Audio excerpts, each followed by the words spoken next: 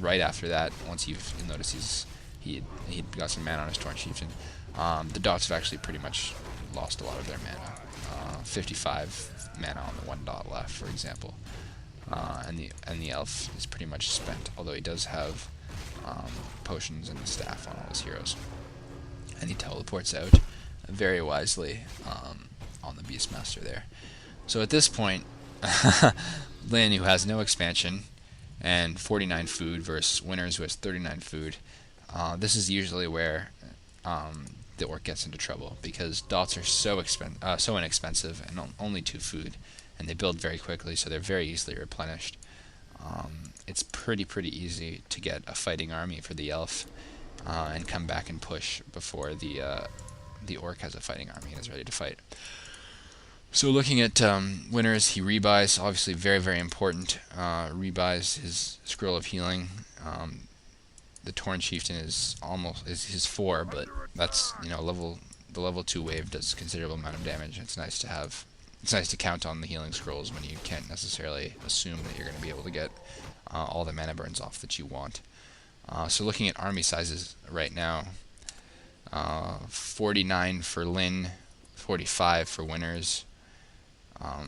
Again, it's a fight. You know, Lyn, who had map control and was doing so well all game long, and had that excellent move at killing the 3 Moonwells in one go. And oh my god, I just got tabbed again by my antivirus. I'm sorry, guys. Hopefully that doesn't desync us too much. I'm at 1809, 1810, 1811, 1812. Hopefully around there. I'm sorry. Yeah, Lyn, who had the advantage all game long, lost it very quickly by fighting out of position. His Torn Chieftain got burned. He had no mana. The walkers weren't back, so they were easily focused. He wasn't able to snipe the fairy dragon before it turned into, I guess, the mana form. I don't know what form it's called. I'm not an elf player. So anyways, he's going to be forced to fight with 50 food. He brings the peons. Definitely a good idea to spread out the link damage, link healing rather. And this time I believe, does he have, no he doesn't, okay. So something I didn't talk about earlier, item wise, obviously items are very important in this matchup, and I've mentioned Scrolls of Healing and Potions of Invulnerability for both sides. Ideal items to have on your Torn Chieftain. I mean, it's relative, I guess. There's some constants though, and I think the mana pot is probably the most important, because I think you're going to have to assume that you're going to get burned. Scrolls of Healing are nice to have on both heroes, and a Potion of Invulnerability, if you have one, and you should have one, I think, is ideal on the Blade Master, because he's doing physical damage for 7 seconds, whereas you can pretty much count on the mana pot to help you out with the scrolls, with the shockwaves for the Torn Chieftain. So anyways, Lyn to 60 food versus 53 food, and Lyn has an expansion going up, so he's not completely out of the game at all. In fact, well, he lost his huge advantage, but he's back to having map control and an expansion going up, which is a good position for him to be in at the moment. He's also mining gold with his wood peons. As an orc, anytime, because you're rarely at tier 3, you rarely really need considerable amounts of lumber. So in the late game, it really doesn't hurt you at all to have your lumber peons following your Blade Master and using them for Spirit Link, or doing what Lyn's doing right now, which is having 4 of them troll gold for you, because those 4 will end up as the expansion gold miners anyways. One thing you've noticed probably that Lyn's done is the Kodo Beast. It's an interesting decision. You really won't see, I don't think, I've never seen Grubby build a Kodo Beast for his dots. At least not when he's playing standard the way Lyn is right now. I mean, the damage boost is obviously nice. It doesn't die very quickly to dot focus fire. Useful. Anyways, pause the game at I'm going to say 250. 20 minutes, 50 seconds. 47, 48, 49, 50. I really hope that was enough of a warning for you guys. On my screen, Lyn has just sent off a shockwave. It's 20 minutes, 50 seconds. I'm sorry to do this. I just really want to talk about this fight.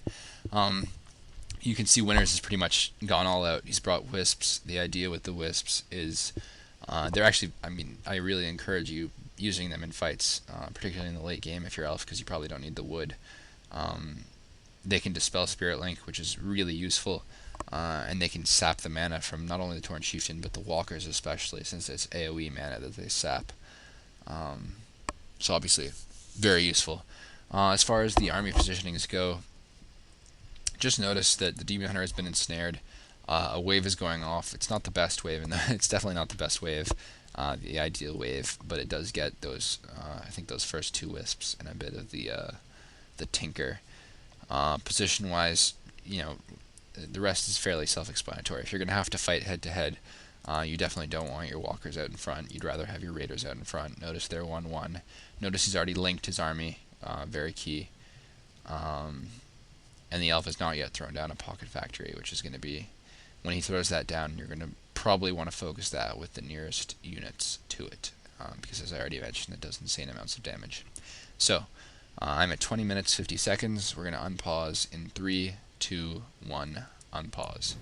So good wave goes off. He retreats a little bit. I mean, he's already got 1 wave done. He's getting some mana regen. Pulls the Torn Chieftain back again using F2. Again, the Demon Hunter gets ensnared. It has no invulnerability, or sorry, it did have invulnerability, but it's used very quickly to avoid too much focus fire. Lin gets another wave off.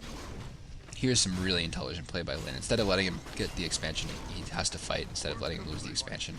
But he uses the expansion as a natural barrier between himself and the Demon Hunter. And you'll just notice he's doing it again to the top of the expansion.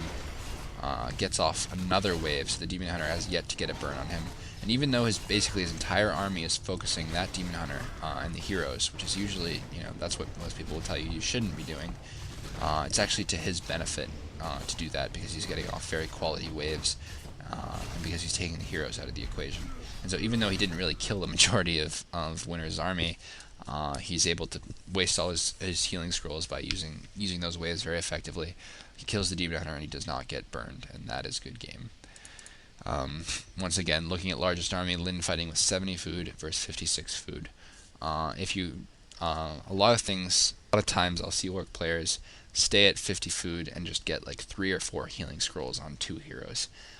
Huge waste of your money. It's something I used to do. I have no idea why. I guess I got crazy about scroll denying. But the truth is they're really not as effective on your army at 50 food as they are on the dot army at 50 food. And the whole idea behind you getting healing scrolls at all is that when you're at 70 food and your damage is spread out between a 70 food army, 1 healing scroll is very, very, very effective. So, that is that. That's my dot audio. I'm probably going to do more because there's a lot more to say about this matchup, particularly depending on the maps. And I think one thing I'd like to cover is there's this terrible strategy elves do, which is hunts to dots. The idea being they're going to trick you into getting a Shadow Hunter second instead of a Torn Chieftain. And I'll try to cover that because that gives me trouble too from time to time. And it's just a really lame strategy that involves them tricking you and isn't very strong in its own right. But welcome to Orc vs. Elf. You've got to be constantly aware of what the elf's doing. So that's the audio, guys. Again, any comments? PM me or leave it in the replay topic. I'd like to give some shout outs.